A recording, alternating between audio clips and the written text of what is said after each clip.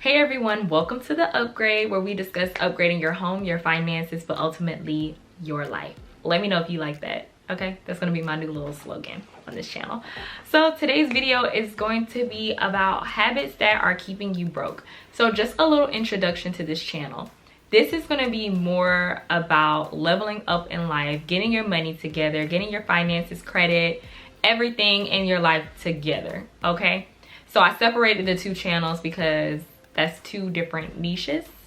So yeah, that's why I wanted to keep it separate. So this video, yes, habits that are keeping you broke. Before you can level up and do better, you need to first know what you're doing wrong. So let's get into the video. Before we get started, make sure that you follow me on Instagram at @theupgrade_Kiki, and let's get into it. Habit number one is looking at your savings account as a second checking account. Back when I was broke, okay, I'm not rich yet, but when I was really struggling, I always put money in my savings that I would always move over to my checking. So I never saved. My savings account was basically the money that was always transferred over when I ran out of money in my checking account, which I always did. So one thing about saving, I always say, is save when you can. When you finally come up with a budget, then you can start saving. But don't try to force yourself to save and then look at your savings account as a second checking, because then you're programming yourself to think that's okay. You don't want to touch your savings. And then also start small. It's time to not get so comfortable with transferring in and out of that account. That is a savings account. What I would usually recommend if you really want to save is open an account with another institution, preferably a credit union, so that you can keep the money separate. You don't want to just be able to transfer immediately. Which brings me to number two, you have no budget.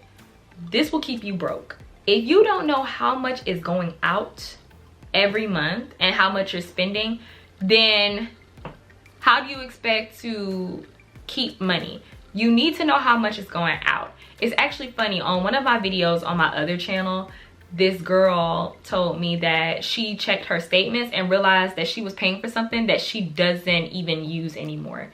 If you want to get out of this broke mindset, you need to know how much money is coming in versus how much money is going out so that you can manage it. Number three is financing your life, whether that be a car, a phone, whatever. I remember when I first got my car, I got it brand new off the lot, 10 miles on it. I was so excited. Now that my car is completely paid off, I realized what a big mistake that was. When I bought my car, it was valued at $18,000. It is currently valued at $9,000. They depreciate values so freaking fast. We need to get out of the habit of just financing things because we got approved for it, but we really can't afford it. I can honestly say I could not afford my car. So I had to hurry up and pay it off. It was just too much coming out every month. But for those who are currently financing a car, I'm not saying you have to turn your car in, but make sure you pay attention to your interest rate so you know how much is going to interest, how much is going to principal. You might need to refinance, but yeah, car notes are not it. And for phones, people finance phones a lot. I've never financed a phone before, so I can't really speak too much on it. But I do know that people will finance a phone, make payments, and then their company will tell them, oh, you're due for an upgrade. So then they upgrade the phones and then start the whole process all over again. Let's not do that. It's just not the way to go. It's gonna keep you broke because you will be making payments forever. If your phone works, there's no reason to upgrade your iPhone every single time they come out with a new iPhone. It's just not necessary. So right now, what? We're on the iPhone 12 that's coming out next. I mean, it's not gonna be that far from the 11. The 11 just came out. So hold on to your 11. Currently, I still have the iPhone 8, and I'll be buying the iPhone 11 when the iPhone 13 comes out. Or if I become a millionaire, whichever comes first. I know what you're thinking, but the payments are not that expensive. Look at the overall. For the amount of time that you're financing, how much are you coming out with? It's gonna be more than the phone. And by the time the next iPhone comes out, it's already gonna drop in value. It's just not necessary. Another habit that may be keeping you broke is number four, helping people when you need help yourself. I think the phase of my life where I loaned out the most money was the time where I didn't have the most money. always helping people, looking out for people. Oh, I'm behind on my this, and I need money for this, and I need to get a new car, and I need to get this. And I was always the one to loan it out because I felt bad for people. But then I realized it clicked. They don't feel bad for themselves. They knew that their light bill was due and they still went to Juicy Crab. Just because you're doing okay and you're not scraping does not mean you're in a position to loan. If they can't go to a bank to get a loan, that says something. The chances of you getting that money back is pretty small. I will go to one of my credit cards and get money out before I just ask somebody for money. So really think about that. I think that losing $100, $200, $300, that's a lot of money. You know, so stop lending unless you are okay with losing it, because you might lose it. There are people who will fall out with you because they owe you money. It's so weird. I have had that happen, okay? They will fall out with you, act like you were the worst person just because they don't want to pay you back. Like, I had to learn that in order to get myself in a better financial situation was to know when to be selfish. Something else that is keeping you broke, and I know this is going kind of far ahead, but is not planning for your retirement and not taking advantage specifically of your 401k. If your job matches you and your 401k up to a certain percentage, you need to be putting that percentage in there, okay? You have to think about your retirement now. Let your job match you. That's free money. There's nothing bad about free money. Take advantage of your 401k at your job. Please, please, please. If you don't do anything that I say in this video, at least do that.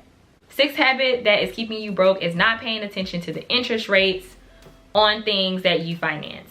It's not always bad to finance. I'm learning that now. Now, at first I was a Dave Ramsey girl who thought that financing stuff was stupid and horrible, but now I'm realizing that it's not bad to finance things if you can afford to, and if you're financing an amount that is actually feasible to pay off soon, not something that's going to take you years and years and years.